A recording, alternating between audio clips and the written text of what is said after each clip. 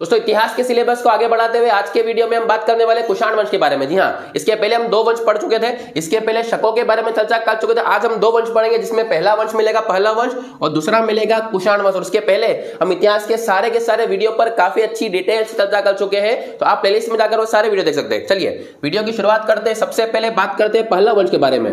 आपको पिछले वीडियो अगर आपने देखेंगे तो आपको जानकारी होगी कि मौर्य वंश के खत्म होने के बाद में भारत में एक बहुत बड़ा गैप अप आ गया था और वहां से कई सारे विदेशी आक्रमण होने लगे थे। ईरान इराक से आक्रमण होते हैं और इन्हीं इराक आक्रमण से दो स्पेशल वंश आए थे, जिसमें पहले शक पड़ चुके अपन। दूसरा वंश मिलेगा आपको पहला वंश। पहला वंश जो शासन हुआ करते थे वो ईरान और फारस, ईरान का ही नाम फारस था और इसका ही नाम पहले पर्सिया हुआ करता था। उस क्षेत्र से ये आए थे, उस क्षेत्र में शासन थे और वहां से इंडिया में आए। इनका ज्यादा कुछ महत्व इतिहास में रहा नहीं है, इसलिए केवल हम कॉमन बातें पढ़ेंगे, लेकिन हाँ कुछ एक बात इंपॉर्टेंट वो पढ़नी पड़ेगी। सबसे पहले पहला वंश अगर हम राजधानी की बात करें तो याद कीजिए पेशावर पाकिस्तान पड़ती है। पुरुषपुर और पेशावर एक ही बात है, तो पुरुषपुर इनकी राजधानी थी। क्वेश्चन पूछ सकते हैं पहला वंश की राजधानी क्या हुआ करती थी? पेशावर। दूसरा अगर इसका संस्थापक बात करें तो यह मिलेगा आपका मिथेरेट्स। मिथेडेट्स इस वंश का क्या मिलेगा? संस्थापक है, तो किसी वंश का संस्थापक एग्जाम के पॉइंट ऑफ व्यू से काफी इंपॉर्टेंट है, तो पहला मिलेगा मिथेडेट्स, इसका संस्थापक है। सबसे योग्य शासक की बात करें तो ये मिलेगा गोंडोफर्निस। याद कीजिए गोंडोफर्निस को हम पहले आपको पढ़ा चुके हैं। गोंडोफर्निस अपन ने पढ़ा था, याद कीजिए तक्षशिला के शक का एसेस को पराजित करके पल्लव वंश ने किसको खत्म कर दिया था? तक्षशिला के शक को समाप्त कर दिया और वो जो राजा था वो गोंडोफर्निस था। गोंडोफर्निस के समय की अगर बात करें तो 20 ईस्वी से 41 AD, जी हाँ 20 ईस्वी से 41 AD तक शासन किसका हुआ करता था? तो वो शासन मिला गोंडोफर्निस। काफी छोटा शासनकाल इसका रहेगा।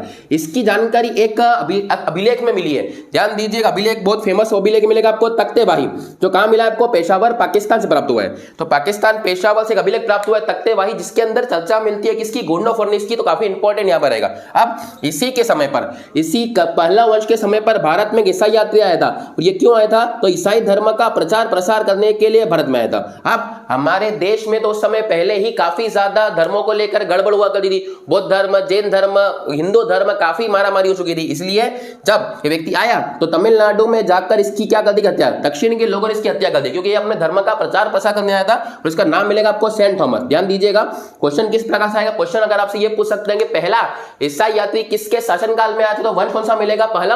और दक्षिण में जाते समय उस व्यक्ति की क्या कर दी गई? आपकी हत्या कर दी गई। और जो तख्तेवाही जो मिलेगा आपको अभिलेख, वो काफी इंपॉर्टेंट है और सेंट थॉमस बंदे का नाम। अब बस इतना ही वंश रहा। इसके बाद ये वंश ज्यादा समय लाइव नहीं कर पाया और पूरे तरीके से बिखर गया। इसके बाद जो वंश आया वंश मिलेगा आपको कौन सा वंश? कुषाण वंश। कुषाण वंश इतिहास में बहुत ही ज्यादा फेमस है और बहुत ही इंपॉर्टेंट है एग्जाम के पॉइंट ऑफ व्यू भी, तो इसको थोड़ा डिटेल चर्चा करेंगे। ध्यान दीजिए। अब कुषाणों की जो स्टार्टिंग मिलती है वो हमको मिलती है मंगोल उद्गम थ्योरी से। जी हाँ, जो चीनी थ्योरी मिलती है वहां से इस बात की पूरी जानकारी मिलती है। किसके बारे में? कुषाणों के बारे में। ऐसा कहा जाता है कि कुषाण पहले खाना बदोश हुआ करते थे। खाना बदोश मतलब एक कबीला हुआ करता था और उस कबीले का नाम था युच्ची कबीला। ध्यान दीजिएगा, मैंने आपको ये बात पहले ही बताई थी। तो हम शक पढ़े थे, तो शकों का झगड़ा हुआ था। शकों का झगड़ा हुआ था कुषाणों से, तो युच्ची नाम के कबीले से। युच्ची नाम का कबीला था और युच्ची नाम का कबीला 5 भागों में टूट चुका था। 5 भागों में से एक भाग क्या कहलाया? आपका कुषाण। तो मैंने अभी बताया आपको, युच्ची नाम का कबीला 5 भागों में था और एक भाग टूटकर किस नाम से फेमस हुआ? कुषाणों के नाम से फेमस हुआ। अब कुषाण पढ़ने से पहले एक छोटी सी स्टोरी ध्यान दीजिए। क्या हुआ करता था? युच्ची नाम का जो कबीला था उसका एक दूसरे कबीले हिंगनू से झगड़ा हो गया। युच्ची नाम के कबीले का झगड़ा हो गया हिंगनू, और हिंगनू उस समय का बहुत फेमस कबीला हुआ करता था, बहुत ताकतवर राजा था इसका। हिंगनू जो राजा था उसने युच्ची पर हमला किया और युच्ची कबीले को पूरे तरीके से परास्त कर दिया। जी हाँ, अब इतनी हालत खराब कर दी कि हिंदू ने जो युच्ची नाम के कबीले का जो हेड हुआ करता था उसकी गर्दन काट के उसमें रख के पानी पी लिया। सोचिए कितना भयानक राजा था हिंगनू। इसका मतलब हिंगनू ने किसको पराजित कर दिया?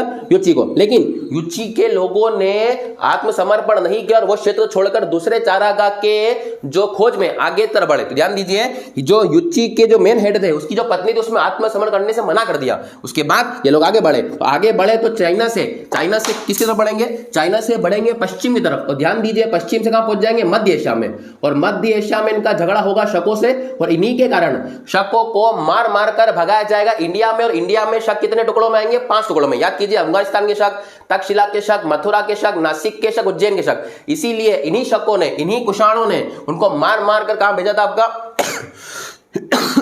माफ कीजिएगा, इन्होंने बाहर मार के कहा था इंडिया में, तो अब ये पहुंच गए कहां पर, पश्चिम में। अब धीरे धीरे इनका भी आगमन कहां पे होगा, इंडिया की तरफ आना शुरू होंगे। तो वहां से जब युच्ची को हुंगनू ने हरा दिया तो उसकी पत्नी ने आत्मसमर्पण करने से मना कर दिया और नए चारागाह की खोज में कहां की तरफ बढ़े, पश्चिम तरफ। अब जब पश्चिम में बढ़े तो ये दो शाखाओं में टूट गए। पहला ऐसा क्षेत्र जो तिब्बत क्षेत्र में रह गए उनको कहलाते हैं लघु युच्ची। वो लोग जो केवल तिब्बत तक ही सीमित हो गए, इसके आगे बढ़ नहीं पाए, तो उन लोगों को हम लघु युच्ची बोलते हैं। लेकिन वो लोग जो और आगे की तरफ बढ़े उन लोगों को क्या कहा गया, महान युच्ची के क्षेत्र में कहा गया, जो कि भारत और मध्य एशिया की तरफ एंट्री किए थे और मध्य एशिया से वापस से कहां पे आया था, इंडिया की तरफ आए थे। तो युच्ची जो कबीला था वो दो भागों में टूट गया और जो भारत में था इन्होंने अपनी एक व्यवस्थित वंश की शुरुआत करी और वहां से इनका नाम रखा है कुषाण वंश। पहले ये मैंने अभी बताया खानाबदोश, याद कीजिए आपने मूवी देखी होगी बाहुबली, और बाहुबली में जो काले पीले लोग होते हैं जिनका युद्ध होता है एक राजा से, वो जो लोग होते हैं उसी प्रकार से जीवन हुआ करता है। लेकिन बाद में इन्होंने एक अपना व्यवस्थित वंश स्थापित किया, एक राजा बिठाया और अपना व्यवस्थित तरीके से जीवन जीना शुरू किया। तब यहां से शुरुआत मिलती है किसकी, कुषाण वंश की। और इस वंश का जो संस्थापक आपको देखने को मिलेगा वो मिलेगा कुजुल कड़फिसस। ध्यान दीजिए, कुजुल कड़फिसस प्रथम भी बोलते हैं क्योंकि कड़फिसस सेकंड एक और आएगा आपका, इसलिए कुजुल कड़फिसस प्रथम या कुजुल कड़फिसस एक ही नाम रहेगा आपका, संस्थापक मिलेगा। तो कुषाण वंश का संस्थापक कौन मिला हमको, कुजुल कड़फिसस। इसके द्वारा तांबे के सिक्के यहां पर चलवा गए थे। तो कुजुल कड़फिसस के द्वारा जानकारी मिलती है किसके द्वारा, तांबों के सिक्के यहां पर चलवा गए थे। ये वंश का पहला संस्थापक है तो वंश बिल्कुल व्यवस्थित राजा के रूप में रहने लगा है। इसके पहले वह खानाबदोश होगा। इस वंश का दूसरा राजा बड़ा फेमस है, ध्यान दीजिएगा, विम कड़फिसस, या इसी को कड़फिसस द्वितीय के नाम से भी जानते हैं। एक ही राजा के दो नाम भी हो सकते हैं, तो विम कड़फिसस भी यही है और कड़फिसस द्वितीय के नाम, इसलिए मैंने कहा आपको कुजुल कड़फिसस प्रथम और ये कौन मिलेगा आपको, विम कड़फिसस द्वितीय मिलेगा। अब इसने अपने क्षेत्र का विस्तार धीरे धीरे शुरू किया। भारत से सिंध से मालवा, सिंध से बंगाल तक चलन हुआ करता, उसके बाद इसने और भी अपना क्षेत्र किया और विस्तार करते करते रोम तक ये पहुंच चुका था। इसका मतलब विम कड़फिसस का एरिया काफी ज्यादा फेमस हुआ करता, इसीलिए इस विम कड़फिसस को जो कुषाण वंश है उसका वास्तविक संस्थापक के नाम से भी जाना जाता है। तो ध्यान दीजिए, यहां से दो क्वेश्चन हो सकते हैं। पहला, जो कुषाण वंश है उसका संस्थापक का नाम बताए, तो केवल संस्थापक पूछेंगे तो कुजुल कड़फिसस, लेकिन ये ज्यादा अपना एरिया विस्तार नहीं कर पाया। हालांकि इसके पास भी काफी बड़ा एरिया था लेकिन ये अपने क्षेत्र का ज्यादा विस्तार नहीं कर पाया, इसीलिए विम कड़फिसस आया और इसने अपने क्षेत्र का काफी ज्यादा क्या कर लिया था, विस्तार यहां पर कर लिया था। ध्यान दीजिए, विम कड़फिसस जो है शिव धर्म को मानता था। इसकी जानकारी कैसे मिली है, तो इसके सिक्कों पर मिला है, नंदी की फोटो मिली है, त्रिशूल की फोटो मिली है। इस बात से जानकारी मिलती है कि जो विम कड़फिसस था वो कौन से धर्म को माना करता था, शिव धर्म को। अब विम कड़फिसस के शासन काल में पेशावर में, ध्यान दीजिए इनकी राजधानी रहेगी, वहां पर एक बहुत बड़ा सोने का भंडार मिल चुका था। इसी कारण से सबसे ज्यादा सोने के सिक्के अगर किसी काल में चलाए गए हैं तो वो काल मिलेगा कुषाण काल। ध्यान दीजिए, अगर सबसे ज्यादा सिक्के पूछेंगे तो कुषाण, लेकिन अगर सबसे शुद्ध सोने के पूछेंगे तो इसके बाद में आने वाला गुप्त वंश मिलेगा।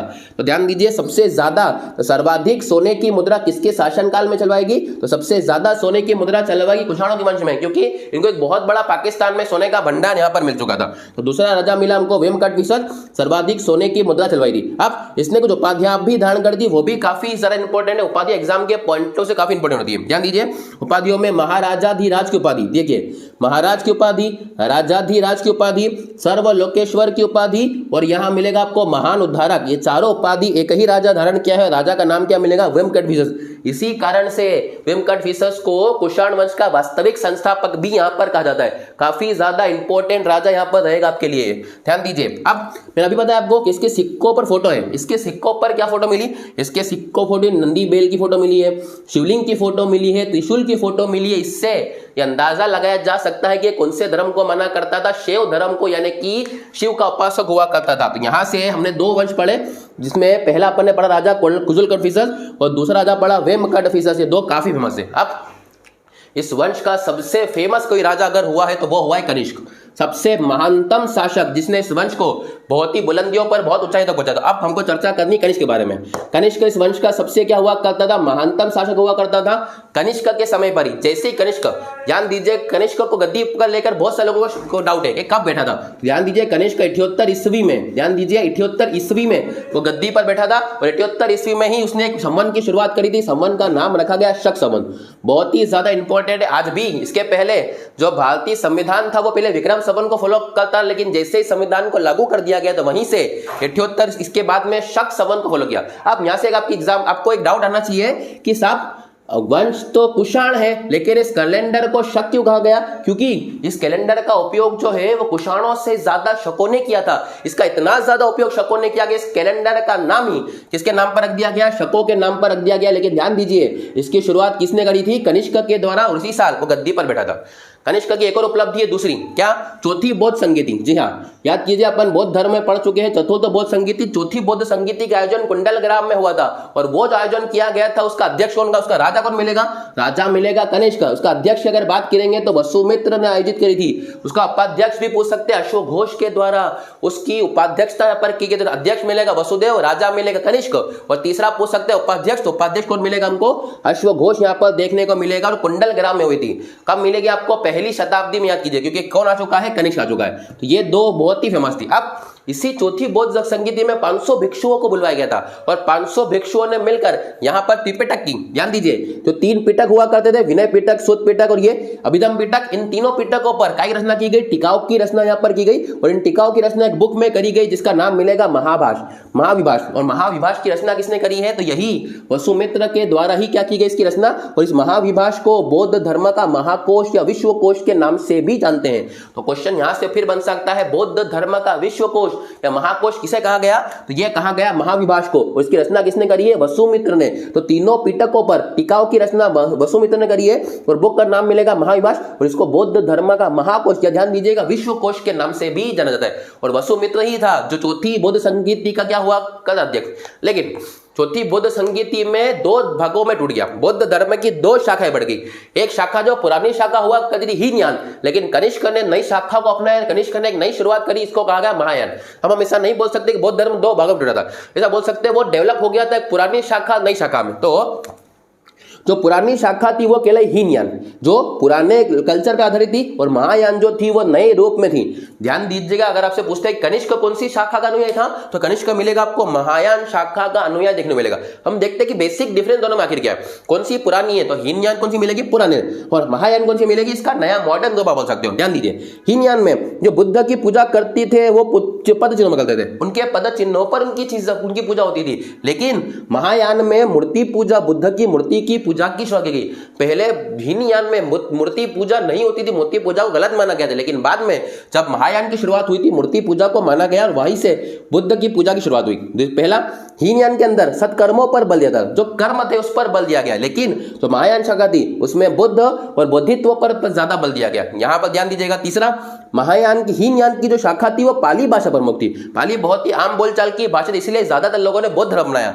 लेकिन महायान की शाखा कौन सी मिलेगी आपको? संस्कृत भाषा देखने को मिलेगी। तो ये कुछ बेसिक डिफरेंस हुआ। ध्यान दीजिए, हमेशा नहीं बोल सकते कि बौद्ध धर्म 2 भागों में टूटा था। हमें बोल सकते हैं कि बौद्ध धर्म की 2 शाखा बढ़ चुकी, जिसमें एक हीनयान एक महायान। हीनयान पुरानी शाखा मिलेगी और महायान नई शाखा मिलेगी। तो ये बेसिक डिफरेंस मिलेगा। आप ध्यान दीजिए, कनिष्क अपनी राजधानी बसे, तो कनिष्क की राजधानी 2 हुआ करती थी। पहली राजधानी मिलेगी आपको पुरुषपुर पेशावर, जो कि ऑलरेडी पहलव की राजधानी हुआ करती थी। ध्यान दीजिए, पेशावर पुरुषपुर एक ही बात मिलेगी। और दूसरा मिलेगा मथुरा। जी हाँ, ये बहुत एग्जाम में पूछी गई राजधानी है कि कनिष्क की दूसरी राजधानी बताइए। पहली तो सब जानते हैं, तो पहली राजधानी पुरुषपुर या पेशावर, और दूसरी राजधानी किसे कहा जाएगा? मथुरा को कहा जाएगा। अब कनिष्क ने 2 नगरों की स्थापना करी थी। पहला नगर आपको मिलेगा कनिष्कपुर। कनिष्कपुर कहां पड़ता है? कश्मीर में। जी हाँ, कश्मीर में एक नगर की स्थापना करी, इसका नाम रखा गया कनिष्कपुर। और दूसरा, इसने तक्षशिला में एक और नगर बसाया, सिरकप। तो ध्यान दीजिए, कनिष्क के द्वारा 2 नगरों की यहां पर शुरुआत की गई। 2 नगर कौन कौन से मिलेंगे? एक मिलेगा आपको कनिष्कपुर, और दूसरा कौन सा मिलेगा? सिरकप। कनिष्कपुर में इसने तक्षशिला में, ध्यान दीजिए, पुरुषपुर में, माफ कीजिएगा, पुरुषपुर जो राजधानी थी, इसने एक 400 फीट ऊंचा 13 मंजिला एक टावर बनवाया था, लकड़ी का टावर था। और उसके ऊपर एक कलश को स्थापित किया गया, जो कि लोहे कलश हुआ करता था। तो यह बात आपसे पूछ सकते हैं। तो पुरुषपुर में 400 फीट ऊंचे एक टावर का क्या किया था? निर्माण किया गया था, और उसके ऊपर एक कलश रखा गया था। और पूरा का पूरा जो था वो किसका था? आपका लकड़ी का हुआ करता था। तो ये कहां मिला हमको? पुरुषपुर में मिला, कनिष्क ने बनवाया था। तीसरा, अब रेशम मार्ग, यहां ध्यान दीजिए, रेशम मार्ग यानी कि सिल्क रोड। एक बार कनिष्क जब किसी रास्ते से जा रहा था तो उन्होंने कुछ चाइनीज को देखा। कुछ चीनी लोग जो थे वो सिल्क का व्यापार, रेशम का व्यापार करते थे, जो कि चाइना से लेकर रोम जाते थे, रोम से सिल्क खरीदते थे और वहां से लेकर चाइना में जाकर बेचते थे। एक दिन कनिष्क ने मांगा, बोले मुझे कुछ समय के लिए कुछ चाहिए थोड़ा सा। चाइनीज ने देने से मना कर दिया। इसके बाद कनिष्क को गुस्सा आ गया। कनिष्क उसी रास्ते पर कुर्सी लगाकर बैठ गया, और उसके बाद कहा कि अब से इतना मारा चाइनीजों को पकड़ के, जितने लोग व्यापार कर रहे सभी को पकड़ के मारा और बोला आपसे अब तुम जितने भी लोग व्यापार करोगे मुझे बदले में क्या दोगे, टैक्स दोगे। कनिष्क ने तीनों की तीनों रेशम मार्ग, ध्यान दीजिए जो सिल्क रूट बोलते हैं हिंदी में रेशम मार्ग, ये 3 रूट हुआ करते थे। पहला कैस्पियन सागर का रास्ता हुआ करता था, दूसरा मर्व से फरात, याद कीजिए दजला फरात नदी आपने सुना होगा, तो मर्व से फरात नदी, और तीसरा मिलेगा भारत से लाल सागर। ये तीनों रास्ते किसको जोड़ते थे, ये जोड़ते थे चाइना से रोम को, और वहां से लोग ये सिल्क का कपड़ा लेकर आकर चाइना में बेचा करते थे। कनिष्क ने एक बार बहुत प्यार से मांगा कि मुझे कुछ समय कुछ कपड़ा दे दो ताकि मैं बता सकूं लोगों को कि इस प्रकार की होती है, लेकिन कनिष्क को मना कर दिया चाइनीज ने। इसके बाद कनिष्क ने जो चाइनीजों को पकड़ के मारा है, आज भी चाइनीज कनिष्क के नाम से खौफते होंगे, इतना खतरनाक मारा था। उसके बाद इसने जब भी वो चाइनीज उस पर रास्ते पर जाते थे बदले में टैक्स देते थे। कनिष्क की अर्थव्यवस्था का सबसे बड़ा जो सोर्स था इनकम का, वो यही रास्ता हो गया। तो रेशम मार्ग पर किसने अधिकार लिया था, रेशम मार्ग पर अधिकार कर लिया गया था कनिष्क के द्वारा। आज की सेना को, आज के देश को कनिष्क के जैसे राजा की जरूरत है। ये चाइनीज लोग जो है वो प्यार की भाषा नहीं समझते, लात घूसों की भाषा बोलते, कनिष्क की भाषा ही समझते, इनको इसी भाषा में समझाना पड़ेगा। तो तीनों के तीनों पर किसने अधिकार कर लिया था, आपका कनिष्क ने, ध्यान दीजिएगा बहुत इंपॉर्टेंट रहेगा आपका। अब कनिष्क के दरबार में कुछ लोग मिलेंगे दरबारी जो कि बहुत फेमस थे। कनिष्क का जो राजपाट था वो बहुत फेमस हुआ करता, इसमें काफी विद्वान लोग रहा करते थे, जिसमें हम सबसे पहले बात करते हैं अश्वघोष के बारे में। अश्वघोष भैया बुद्ध धर्म के बहुत फेमस व्यक्ति थे, बुद्ध धर्म का ज्ञान दिया करते थे। एक दिन तक्षशिला पर हमला कर दिया गया, तक्षशिला पर हमला किया कनिष्क ने, और कनिष्क ने अश्वघोष, उस समय वो लोगों को पढ़ा रहे थे बुद्ध धर्म के बारे में। चलती क्लास में अश्वघोष को धर के ले गए कनिष्क, जी हाँ चलती क्लास में अश्वघोष, और जो गौतम बुद्ध का भिक्षा पात्र था उसको उठाकर तक्षशिला से ले गया, अपनी राजधानी पेशावर ले गया। तो ध्यान दीजिएगा अश्वघोष को किसने किडनैप कर लिया, कनिष्क ने किडनैप कर लिया। आगे चलकर बहुत ही फेमस आदमी हुआ कनिष्क के दरबार में। तो इन्हीं अश्वघोष ने 2 बुक लिखी है जिसका नाम मिलेगा बुद्ध चरित और सूत्र अलंकार। ध्यान दीजिएगा ये लोगों ने नहीं सुनी होगी सूत्र अलंकार, तो ये इंपॉर्टेंट बुक है। सूत्र अलंकार की रचना भी किसके द्वारा की गई है, वो भी किसके द्वारा की गई है, आपका अश्वघोष। किसके दरबार में थे, कनिष्क दरबार में। पहले तो जबल चलाए गए लेकिन बाद में उनको व्यवस्थित यहाँ पर कर दिया गया था। और एक और ध्यान दीजिए भिक्षा पात्र, जो गौतम बुद्ध का भिक्षा पात्र था वो भी वहां से उठाकर कहा लिया, अपनी राजधानी पेशावर लिया था। दूसरा मिलेगा नागार्जुन का कंपेरिजन मार्टिन लूथर किंग से किया जाता है, ध्यान दीजिएगा। और इन्होंने ये दार्शनिक के साथ साथ बहुत बड़े साइंटिस्ट भी हुआ करते थे। इन्होंने 2 सिद्धांत दिए जो कि काफी ज्यादा फेमस है, एक माध्यमिक सूत्र और एक सापेक्ष का सिद्धांत दिया गया है। बाद में आगे चलकर आइंस्टीन ने इसको प्रूव किया, लेकिन ये पहले ही दे चुके थे, इसलिए इनको नाम दिया जाता है भारत का आइंस्टीन। मोस्ट इंपोर्टेंट क्वेश्चन है, ध्यान दीजिए। हम पहले पढ़ चुके भारत का मैकियावेली चाणक्य कहा गया, लेकिन दूसरा भारत का जो साइंटिस्ट है वो कहा गया किसको, भारत का आइंस्टीन नागार्जुन को यहाँ पर कहा गया, काफी ज्यादा इंपॉर्टेंट मिलेगा।